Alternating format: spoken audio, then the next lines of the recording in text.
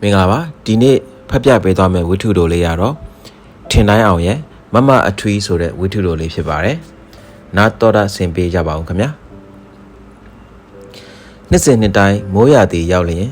ထိုဒေသကလေးအတွင်းရှိနေထိုင်ကြသောလက်လုံလက်စားမိသားစုများအငတ်ဘေးနှင့်ကြုံရသည်အလုတ်အကင်ရှားအစာရည်သာရှားပါလွန်း၍တဝမ်းတစ်ခါအတွက်မြစ်ပြုတ်စားရငပြောဥစားရသည့်ရများကဒူးနှင့်ဒေးပင်ထိုအထဲတွင်မမအထွေးတို့မိသားစုလည်းပါဝင်လေသည်ကလနာမီအရှိဘက်ကံပလက်ချောင်းစီးဆင်းနေသောနေရာတောက်လျှောက်ရှိရွာကလေးများတွင်မြို့တက်ခူမီဒိုင်းနက်အစရှိသောလူမျိုးစုများနေထိုင်ကြပြီးမမအထွေးတို့မိသားစုမှာဒိုင်းနက်အနွယ်ဝင်လူမျိုးများဖြစ်ကြသည်ကျွန်တော်တို့လည်းဒိုင်းနက်လူမျိုးများဖြစ်ပါသည်နွေရာသီနှင့်ဆောင်းတွင်တွင်လုံးကိုတောင်ယာလုတ်လဲလုတ်ကိုင်းလုံး၍ရှာဖွေစားတော့ကြကမိုးရင်းအတွက်စုကြဆောင်းကြရသည်ဆောင်းတွင်ဖော်ဖော်တည်တည်ထွက်လာသည့်တောချက်များကိုတုတ်ကိုင်းထောင်ဖမ်း၍ရရှိလျင်မီးတွင်ကြက်တိုက်ကင်ထားသည်လက်ပံပွင့်ခရမ်းသည်တခိုးပွင့်မြစ်တို့ကိုအချောက်လှမ်းထားကြသည်ထမင်းကြံများကိုအချောက်လှမ်းကထမင်းချောက်အဖြစ်တိုးလောင်ထားကြသည်ထိုကဲ့သို့စွစွဆောင်းမလုံနိုင်လျင်မိုးရင်းတရင်းလုံးငတ်ပေတော့အချို့ကတော့တနေ့လောက်တနေ့စားပင်မလောက်ချင်တော့ထို့သို့စုဆောင်းရန်အတော်လေးခဲရင်ကြပါသည်အဖေအမေကအငှားလိုက်ပြီးနေ့စဉ်ဝမ်းစာရှာလူမမယ်ကလေးတွေကိုလူမမယ်အလွယ်လေးတွေရပဲပြန်ထိမ့်ပြီးအိမ်မှာကြံတဲ့လူကကြံတယ်လက်ပံဝင်ကောက်မြှစ်ချိုးသွားတဲ့ကလေးကသွားတယ်ကလေးကအစခွေးကအဆုံးတက်ညီလက်ညီများမလုံနိုင်ရင်မိုးရင်းမှာငတ်ပေတော့ပဲဟုကျွန်တော်အဖေကပြောဘူးပါသည်ဒေသ၏မိုးရာသီသည်အခြားနေရာများထက်ပို၍ပြင်းထန်ကတခါတရံတွင်အိမ်လုံးကျွတ်ထွက်ပါသွားရလောက်အောင်လေပြင်းမုန်တိုင်းတိုက်ခတ်တတ်သည်နေ့စဉ်ရက်ဆက်ရွာသွန်းလို့၍ဘာအလုံးမြလောက်ကရွေးမရနေပြောက်မမြင်ရပဲနေဝင်သွားသည့်ရများလည်းရှိသည်မမအထွေးတို့မိသားစုသည်ထိုဒေသရှိရွာကလေးတစ်ရွာတွင်နေထိုင်ပါသည်အဖေနှင့်အမေတို့အလဲဘက်သွားရင်းစကားဆက်မိကမမအထွေးကကျွန်တော်တို့နေထိုင်သောမြို့ပေါ်ကိုရောက်ရန်အကြောင်းဖန်လာခဲ့သည်ကျွန်တော်9တန်းတက်မိနှစ်ကို9တန်းတက်မိနှစ်တွင်ကျွန်တော်တို့အိမ်ကိုမမအထွေးရောက်လာသည်သူ့နာမည်အရင်ကလွယ်လွယ်အောင်ဝင်းတဲ့မိသားစုတွင်အငယ်ဆုံးမို့အထွေးဆုံးမို့အထွေးဟုခေါ်ကြခြင်းပင်မမအထွေးကကျွန်တော်တို့နှင့်ဆွေမျိုးနီးစပ်တော်သည်အသားညွညွမျက်လုံးမျက်ဖန်ကောင်းကောင်းပိုင်ဆိုင်ထားကကျွန်တော်တို့မိသားစုအားလုံးပုံစံနဲ့မမအထွေးပုံပန်းတရံမှာခက်ဆင်ဆင်မှုမပြောဘဲနဲ့ဆွေမျိုးမှန်းသိစေသည်မမအထွေးကကိုထက်အသက်ကြီးတော်လဲအတန်းငယ်သည်6တန်းတက်ရန်အတွက်အဖေနှင့်အမေကမြို့ပေါ်ကိုခေါ်လာခြင်းဖြစ်၍ကျွန်တော်မှာအဖော်တယောက်တိုးလာသည်ကစားပေါ်ကစားဘက်မဟုတ်တော့လဲကျွန်တော်အားထိမ့်ပေါ်ထိမ့်ဘက်အဖြစ်မမအထွေးကိုကျွန်တော်ချစ်ပါသည်အသက်15နှစ်နီးပါးရှိနေပြီဖြစ်သောမမအထွေးသည်ကျွန်တော်ကိုအလိုလိုက်သည်လိမ့်မနေငါတို့လည်းရှိလို့ခေါ်လာတာမဟုတ်ဘူးနင်အဲ့ဒီမှာနေရင်မိုးရင်းငတ်လိုက်ပြက်လိုက်နဲ့ကို့သမီးအရွယ်ကလေးဒုက္ခရောက်နေတာရဲ့ကြောင်းဆက်တက်ဖြစ်အောင်ရဲ့ကြောင့်အဖေကမမအထွေးကိုဆုံးမတတ်သည်မမအထွေးတို့နေထိုင်သည့်ရွာကလေးမှသည်ကျွန်တော်တို့မိသားစုနေထိုင်သောမြို့ကိုနေချင်းပြန်ကြောင်းလာတတ်သူအချို့ရှိသည်မမအထွေးလည်းအရင်ကထိုသို့ကြောင်းလာတက်ခြင်းဖြစ်သည်နောက်ပိုင်းအစင်မပြေတော့သည်နှင့်ကျောင်းသားလိုက်မည်ပြုရာအဖေတို့ကတနာ၍ခေါ်လာခဲ့ခြင်းဖြစ်သည်အိမ်မအတူနေတော့အိမ်အလုပ်လုပ်ဖို့ကိုင်ဖက်အဖြစ်အမေကလည်းသဘောကျသည်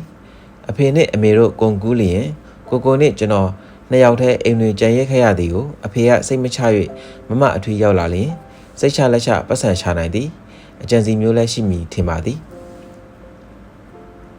ကျွန်တော်အတွက်ကတော့မမအထွေးသည်အင်မတန်ချစ်စရာကောင်းခင်စရာကောင်းသောအမဖြစ်သည်ကိုနှင့်မတက်လျင်မမအထွေးနှင့်ကစားနိုင်သည်ကလေးတဘာဝမုံဖိုးရလျင်အတူတကွသုံးကြဖြုံးကြပြီးမရှိလျင်မမအထွေးကကြံဖန်ရှာကျွေးတတ်သည်နေ့အမေမသိအောင်ဗတ်ထားလိုက်တာမမအထွေးကငွေတုံငွေစကလေးများကိုအမေမသိအောင်ဖွက်ထားတတ်ပြီးသုံးစရာပြတ်သည့်အချိန်တွင်ထိုငွေဖြင့်ကျွန်တော်တို့ကိုမုတ်ဝဲကျွေးတတ်သည်2000ခုနှစ်ဝန်းကျင်ကာလဖြစ်သည့်ထိုအချိန်တွင်ကျွန်တော်တို့ညီကို2ယောက်၏မုံဖိုးက2ယောက်ပေါင်း30ကျပ်ဖြစ်သည်15ကျပ်စီခွဲယူ၍ကျောင်းတစ်ဖြတ်ဆင်းချိန်မုံစားလျင်တိတ်မဝခြင်းအဖေတို့ကလည်းထိုပမာဏထက်ပို၍ပေးနိုင်သည့်အင်အားမရှိမိုးရင်းကာလ နေဒေသဖြစ်သောမမအထွေတို့ရွာတစ်ဝိုက်ငတ်သူပြက်သူများနေချိန်တွင်ကျွန်တော်တို့မြို့ပေါ်၌လည်းမငတ်ယုံတမဲနေကြရသည်90တန်တရွက်ထဲဖြင့်ညစာဝယ်ချက်စားရသည်ကြောက်ဖြုံသီးတစ်စိတ်ကို35ချက်ငရုတ်သီး5ချက်ဖို့ထောင်းကမောင်နှမ3ယောက်၏တနက်စာကိုဖျက်ဆီးခဲ့ရသည်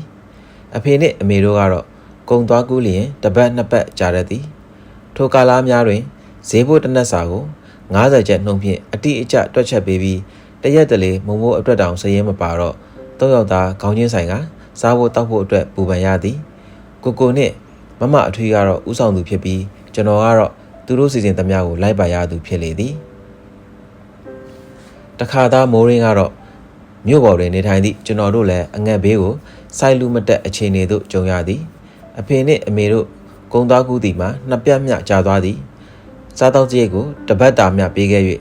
ကြံသည့်တပတ်တွင်ကျွန်တော်တို့မောင်နှမ3ယောက်ခေါင်းချင်းဆိုင်၍ချွေတာစားတောက်အမေတငယ်ချင်းထံချင်းငှား၍ဖြည့်ရှင်းရသည်နှစ်ပတ်ကျော်လွန်တော့အမေတို့ရောက်လာချိန်တွင်ငတ်လာသမျှအတိုးချ၍ထမင်းကောင်းဟင်းကောင်းတို့စားတော့ရမည်ဟုကျွန်တော်ထင်ထားခဲ့တော့လဲတက်စင်အောင်လွဲခဲ့တော့သည်မိုးကြီးလေကြီးနဲ့တားရီရှိသမျှအရင်ဆိုင်ပြီးဝယ်ထားတဲ့ကုံကအကုံဆိုတယ်ဆက်လေလည်းမမှောက်ရုံတမယ်မို့လို့လူအသက်ကိုတော့မနှဲလူပြီးပြေးလာခဲ့ရတာနင့်ဖေလည်းကြည့်လိုက်အောင်ကမ္မထမ်းရုပ်ဖြစ်နေပြီစိတ်ပင်ပန်းလွန်းလို့ပါသမျှပတ်စံအရင်အတိုးလည်းမရှိတော့ဘူးအားလုံးမိုးနဲ့လေနဲ့ဆိုတော့တက်စင်အောင်ရှုံးပဲကိုအမေကရှင်းပြနေသည်ကျွန်တော်တို့မိသားစုတွင်သုံးစရာပတ်စံမရှိတော့ပြီအမေရွှေလူရွှေသားများကိုဖြိုရန်စီစဉ်ရသည်တိုးတော်လဲချင်းချိန်သုံးရမည်အမေတို့မရှိတော့ကတနက်ကို90နဲ့လောက်အောင်စားနိုင်ကြတယ်မလားအခုလဲ9ယောက်ပေါင်းလို့တနက်ကို90နဲ့ပဲလောက်အောင်စားကြမယ်မိုးကုံပိုးကလည်းလိုသေးတယ်သုံးစရာပတ်စံကလုံးဝပြတ်တော့မဲ့အနေအထားကိုရောက်လို့မရဘူးရစရာလည်းမရှိပေးစရာများတော့မိဖို့ရောင်ထွက်ပေါက်ကိုရတဲ့နေရာကနေပေးရမှာပဲဟုအမေကဆိုသည်အငယ်ဆုံးဖြစ်သည့်ကျွန်တော်အတွေ့အစားကောင်းအတောက်ကောင်းစားကျင်တာပဲသိသည်အိမ်စည်းဝါးရေးအခြေအနေမပြေလဲနေမှန်းသိတော့ခံစားမိပါသည်တိုးတော်လဲအမေတို့ကုန်ကူးနေခဲ့သည့်တစ်ချိန်လုံးတွင်ကျွန်တော်တို့မငတ်ယုံတမဲစားတော့နေခဲ့ကြတာလေဟင်းကောင်းကောင်းနဲ့ထမင်းတစ်နက်လောက်တော့စားကျင်တာပေါ့အခုအချိန်များငါးကြက်တိုက်စီပြန်လေးနဲ့ထမင်းစားရရင်တိတ်ကောင်းပါပဲမမအထွေးနဲ့ကိုရှိတွင်ညီးမိသည်အိမ်မှာပတ်စံမှမရှိတာမောင်လေးရဲ့ဟုတ်ကဲ့ဒါသိပါတယ်စားကျင်တာကိုပဲပြောတာကျောင်းသားရင်လည်းမုံဖိုးမရတာဘယ်လောက်တောင်ကြာပြီလဲကျောင်းဘေးကပိန်းနေပင်လဲတားတို့ခိုးစားလို့တလုံးမှမရှိတော့ဘူးကျောင်းတော်မှာရှိတဲ့စိုက်ခင်းတွေကတရက်သီးမာလကာသီးတွေလည်းပြုံးနေပြီမုံဖိုးမရ၍ကျောင်းဘေး၌တဝိုက်တွင်စားသောက်စရာရှာဖွေရသည်ကျွန်တော်လိုပင်မုံဖိုးမတက်နိုင်တော့တငယ်ချင်းအချို့နှင့်ပေါင်း၍ရာခင်းစိုက်ခင်းများထံပြောင်းမှုနှုချိုးစားသည့်အခါစားသည်ဇီးဖြူသီးကိုစားနှင့်တိုးစားသည့်အခါစားသည်တရက်သီးအမှတ်အစိမ်းစားသဖြင့်ရလာသည့်အနေအထားပေါ်မူတည်၍ခွဲကစားနှင့်တိုးစားသည်မိတို့ပေဆိုစဉ်ကမူထမင်းတက်နဲ့တော့ဟင်းကောင်းကောင်းဖြင့်စားကျင်စမ်းပါပြီဟူသည့်စိတ်ကကြီးစိုး၍နေလေသည်နေ့အမေစီမှာပတ်စံနေရှိပါတယ်ဟာထမင်းတက်နဲ့ကိုဟင်းကောင်းကောင်းနဲ့စားလိုက်လို့ဘာမှထွေထူးပြီးမွဲတော့မှမဟုတ်ပါဘူးငါကြပါအောင်မယ်အမေစီကခိုးမလို့လားမလုံနဲ့တော့အမေသိရင်အမေရွာကိုပြန်ပို့နေအောင်မယ်မခိုးပါဘူးမောင်လေးရဲ့ငါမှနီးလန်းရှိပါတယ်မမအထွေးအကြံစီကိုရောကျွန်တော်ကိုပါမပြောပြသူတယောက်တည်းကြက်၍တွေးတောနေတော့သည်ဇလန်းကအမေကမမအထွေးကိုဈေးသွားဝယ်ခိုင်းရကနေစသည်ထိုနေ့မြတယ်မဟုတ်နေ့တိုင်းလိုပင်မမအထွေးကဈေးသွားရသည်ကျွန်တော်တို့ညီအကိုမလိုက်ရ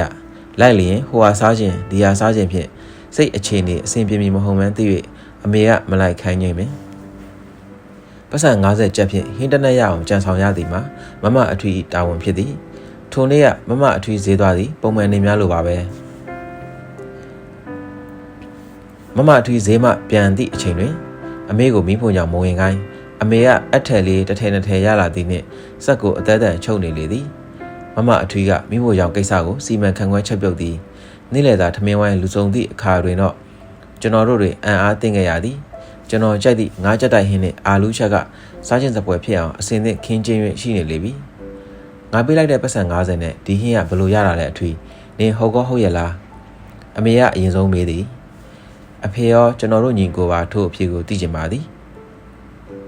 အကြီးပေးလိုက်တဲ့ပတ်စံနဲ့ဝယ်လာတာပဲလေဈေးတယ်ကငွေမန်းအမ်းလိုက်တာလားဘာလားမသိဘူးသမီးစီမှာဘာပတ်စံအပေါ်မှလည်းပါသွားတာမဟုတ်ဘူး ဈေးဝယ်ပြီးတော့ပတ်စံ90နဲ့ဒီဟင်းတွေရလာတာပဲအထွေးတို့ကတော့လှုပ်ချလိုက်ပြန်ပြီပဟေတိအဖြေရှာမရသေးကနောက်ဟင်းကောင်းဖြင့်စားရမိကံကြမ္မာအရင်မို့မိသားစုလိုက်ကြီးတပျော်တပါးစားတော့ခဲ့ကြသည်ပင်ပြဿနာညနေပိုင်းတွင်စသည်ထိုမတိုင်ခင်တွင်မမအထွေးကိုကျေးဇူးတင်ကြောင်းကျွန်တော်ကမျက်ရည်မကဲဖြင့်ပြပြီးဖြစ်သည်ကျွန်တော်စားခြင်းလွန်သောဟင်းကောင်းကြွေးကောင်းကိုမမအထွေးတယောက်ရအောင်ဖန်တီးနိုင်ခဲ့ပြီ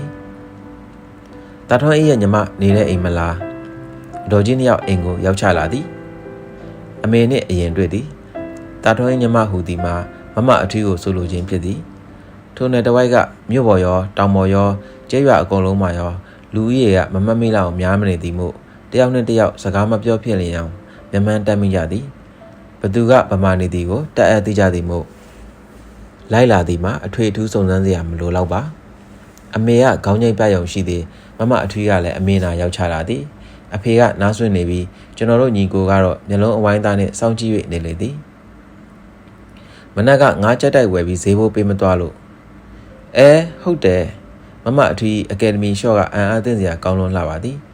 ရင်ဘက်ကိုလက်နှင့်ဖိ၍ထိုအမျိုးသမီးနှစ်ယောက်ကိုအားလုံးအားနာပြန်ကြည့်နေသည်မှာတကယ်ပင်မေ့လာရန်ဖြစ်လေသည်တောင်းပန်ပါတယ်ဈေးပတ်ရင်မေ့သွားတာအခုထိကိုတတိမရတာကျွန်တော်နဲ့ကိုကတော့မမအထွေးညံညံနဲ့ကိုကောင်းကောင်းသဘောပေါက်လိုက်ပြီးအမေကတော့ကြားတဲ့ငွေကိုသူ့ဆက်အန်ဆွဲထဲမှဆွဲယူထုတ်ပေးလိုက်သည်အထွေးတို့ကတော့လှုပ်ချလိုက်ပြန်ပြီးဟုသာတခွန်းပြောတော့သည်ထိုအမျိုးသမီးနှစ်ဦးပြန်သွားပြီးသည့်နောက်အဖေရောအမေရောမမအထွေးကိုအပြစ်တင်စကားတခွန်းမျှမဆိုချကြကျွန်တော်နဲ့ကိုကလည်းမျက်လုံးအဝိုင်းသားဖြင့်မမအထွေးကိုကြည့်၍သာနေလေသည်အ ਨੇ ဆုံးတော့ကျွန်တော်စားခြင်းသည့်ဟင်းကောင်းကိုမမအထွေးညံဖြင့်ဖန်တီးပေးနိုင်ခဲ့ပြီမဟုတ်ပါလားမေတ္တာရိပ်မှာအေးချမ်းပါစေထင်နိုင်အောင်